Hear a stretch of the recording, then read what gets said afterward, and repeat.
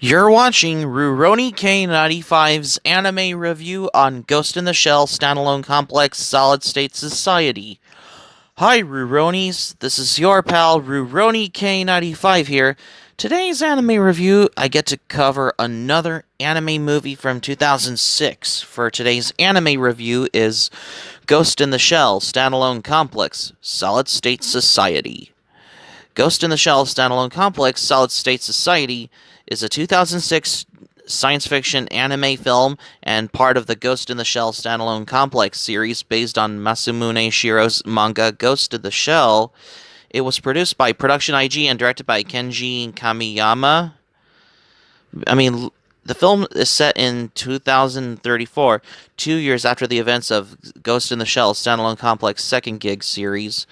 Togusa is now the team leader of Public Security Section 9, which has increased considerably in size. Section 9 deals with a series of complicated incidents, including the assassination of Ka Rum, a former dictator of the Siak Republic, which leads to a terrorist plot using children as vectors for a cybernetic virus.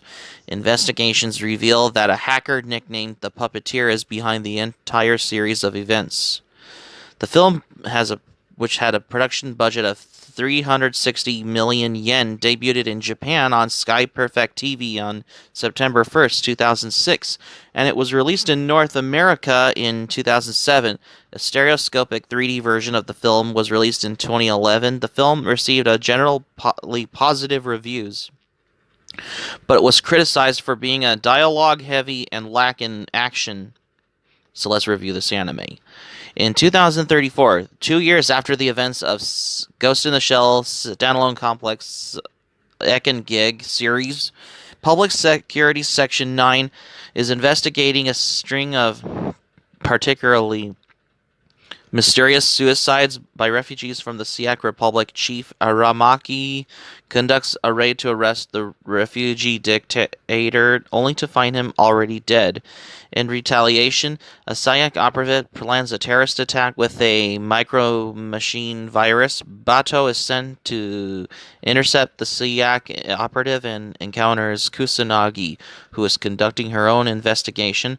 Before they can apprehend the operative, he dies while attacking them. Kusanagi takes a case of virus pills and warns Bato to stay away from the Solid State Society before leaving. So this is how has got to what you see in the anime. Section 9 operatives develop a theory that a hacker known as the Puppeteer, or literally Puppet Spinner, contrasts with the original film Puppet Master, who was literally a doll handler responsible for Siak agents for suicides, and Togusa discovers 16 kidnapped children were intended carriers of the virus. All the children are listed as the children of noble Rot senior citizens, and Section 9 begins to suspect a larger conspiracy when they are part of a larger body of 20,000 children. Soon afterwards, the puppeteer causes the disappearance of the 16 children, and Bato reveals to Togusa that he believes Kusanagi to be the puppeteer. Section 9 intercepts a Siak sniper that is targeting the supposed mastermind of Karum's assassination. After his capture, it is revealed the informative and the target are the one and the same. The sniper says that the puppeteer has mechanism in the solid state and cannot be killed. Tokusa tracks down one of the missing children and now assigned to an elderly man in the Noble Rot program. As Togusa tries to take the child, and the man awakens and demands the child to be left with him, and he had named the child as his soul here. He would rather give his assets to the child set off the street and to protect them from the abuse that have his assets turned over to the government. Upon his death, the man immediately dies after warning Togusa not to interfere with the will of the solid state. Later, Togusa receives a call from the puppeteer, who hacks his brain and forces him to drive to a cyber brain implant hospital with his daughter. The puppeteer and Tokusa converse, and Tokusa is given the option to lose his daughter to the solid state or commit suicide. He chooses suicide, but is saved by Kusanagi, who then identifies the puppeteer as Rhizome, formed by the collective consciousness of the noble rot senior citizens. Located in the welfare center, Kusanagi temporarily rejoins Section 9 and confirms that Eito Mune, an influential politician who was behind the assassination of General Karum. She also confirms that Monet and other politicians use it as the a front of for brainwashing a facility to create an elite group of pure-blooded Japanese to take control of the country in the next generation, and led to Monet's vision of a new golden age. The Solid State decided to eliminate Mune for interfering its plans, but Mune was ignorant of the origin of the abduction and fracture. Yep. A designer named Tateaki Koshiki steps forward, claiming he developed the Solid State system before committing suicide. Kusanagi drives into his cyberbrain into Koshiki's trap, allowing him back to hack her cyber brain. The puppeteer reveals that he was spreading across several egos until a collective consciousness emerged, developed into a solid state, allowing him to move into the society beyond as the vanishing meteor. Later, Bato tells a recovering Kusanagi that the real Tateaki Koshiki used a prosthetic body and built the solid state after he was hired by Mune. Kusanagi does not reveal that the puppeteer was a fragment of herself, but Bato already knew him from being linked to her during the dive. Bato concludes that the ultimate identity of the puppeteer will remain unknown, and that incident will be written off as a scandal. Kusanagi implies that she will be permanently rejoin Section 9 after years of wandering the net on her own. So that's my review on Ghost in the Shell standalone complex solid state society. So let's explain about this anime. The film was initially hinted as a new anime project collaboration with Bandai Visuals and Production IG as well. The film was officially announced by Production IG at the 2006 Tokyo Anime Fair. Whether the film would be released theatrically, broadcast on television, or released direct to DVD was undecided at the time as well. But it's just how it is what it is. The film had a production budget of 360 million yen, equivalent to 4.3 million US dollars. It was produced in a high vision format, and it was made by the same staff that originally made the TV series. The production team used a 3D layout system to render the interior shots ahead separately and in advance.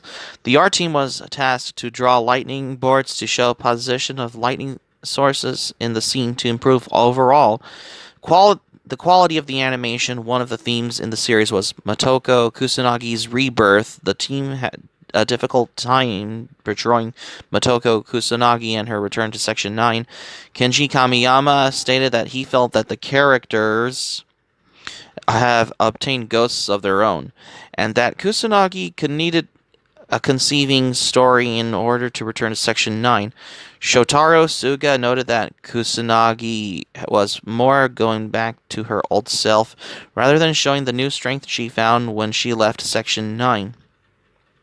For the music, Yoko Kanno, who did the music for the Cowboy Bebop anime series, read the scripts of the film in order to compose the music that would synchronize with each scene, rather than composing music ahead of time. Sound director Kazuhiro Wakabayashi returned to provide music menus, which made up 70% of the scores Yoko Kanno composed. As the part of the Nissan sponsorship, the movie features two concept cars designed by Nissan. Section 9 drives a white Nissan Sport concept sports hatchback and cedar Infiniti Uraza that premiered at the 2005 New York International Auto Show and North American International Auto Show as well. The film debuted in Japan on Sky Perfect TV on September 1st, 2006. It premiered in North America at the 2007 New York Comic Con screening from February 23rd to 25th, and also featured in 2007's Fantasia Festival in Canada. The English version was released on July 3rd, 2007. The limited steelbook edition contained an additional DVD containing various development interviews and videos, then the Solid State Society original soundtrack CD as well. In July 2008, Solid State Society was even released on Blu-ray alongside the two OVA, The Laughing Man and Individual 11, in the Ghost in the Shell standalone complex trilogy box. In November 2010, a stereoscopic 3D version was announced, adding a new opening sequence. The 3D version was released in Tokyo's Shinjuku Wild 9 Theater on March 26, 2011. The stereoscopic 3D version was released in both normal and deluxe edition on July 23, 2011. The normal version contains opening day greetings by the staff and the cast, film advertisements, and audio commentaries. The deluxe edition of titled Ghost in the Shell Standalone Complex Solid State Society Another Dimension is packaged in a Den-Oka box containing the film in the stereoscopic 3D in all the content in the normal edition, along with the three Tachiko Matic Days shorts in 3D and one in 2D, which is how you expect seeing it, if you will. A novel adaptation titled Ghost in the Shell Standalone Complex Solid State Society, written by Kenji Kamiyama and his understudy Yasunori Kasuaga, was published by Kodansha and released on March 3rd, 2011. An optical camouflage camera app for iOS was released on September 2nd, 2011, and a video game for Xbox 360 Kinect was developed by Kayak to promote the 3D remake of the film, especially for Ghost in the Shell Standalone Complex Solid State Society.